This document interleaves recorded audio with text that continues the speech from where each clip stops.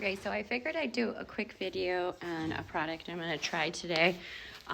If any of you grew up in barns a long time ago, you used Furazin. So this is called Fura-free. It doesn't have all of the harmful chemicals that Furazin had. I grew up on old thoroughbreds, ex-race horses, and we often had swollen limbs, things like that. And we would use Furazin. I think every barn used it. It was on any barn shelf you walked in for years, but it was pulled because of all of the risks associated with cancer, things like this. So I'm gonna try this. I found this at Farm and Family, maybe Tractor Supply, I can't remember. It's just a Finish Line product. It says it has the same properties. I have a filly, I'm gonna show you her leg that has an abscess. She's right behind me. And it is swelling up the leg. Now, it's not super high, but it's right around her fetlock, and that tells me that there's still inflammation there, and I want to reduce that heat and help her resolve this. I'm also going to magnewave her.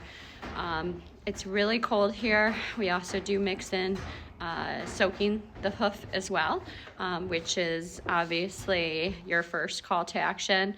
I am going to wrap her with some diapers and magic cushion vet wrap. It's on the back hoof, so usually I'd put soft rides on as well, just to help her put that pressure down on that hoof. She isn't walking fully lame, but with the swelling, I know that there's still some inflammation there. So I'm gonna help her out. I'm gonna sweat her. I'm gonna show you the result when I'm finished and walk you through it. Okay, so it's hard to tell, but she does have inflammation right here. I do feel their legs daily. Her wrap is coming off. I'm gonna pull this off right now and rewrap it for her.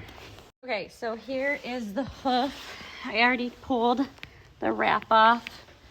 This is what it looks like. I can still feel a pulse in the warmth right here, around her hoof as well. And I can't stress this enough. Obviously, this is just the short-term solution for sweats. Anything that's major, contact your vet. But let me show you the next step. Okay, so here's the magic cushion. Hoof packing, as you can see, proven to reduce hoof heat, calms inflammation and soreness through sole and frog.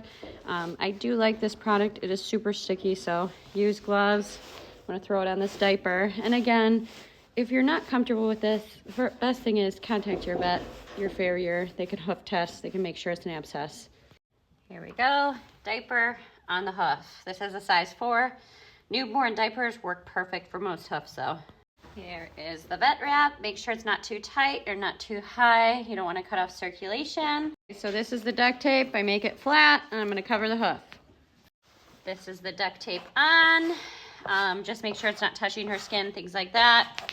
It's really doesn't have to be pretty. It's just creating a waterproof barrier and for it to stay on so her hoof doesn't poke through too fast. Okay, now I'm gonna apply this on her leg. Okay, so I applied it pretty generously.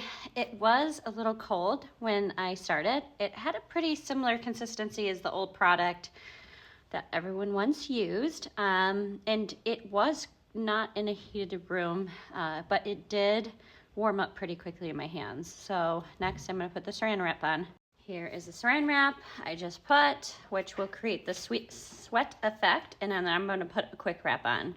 Okay, lastly, I wrapped the leg and I evened her out on both sides because if you're old school, that's just what you do. You even out both legs. Okay, so again, as you saw, I wrapped both areas, the hoof with magic cushion, the leg with the Fura Sweat product that I haven't tried yet, but I'll let you know how it works in the piece of sweating out the leg.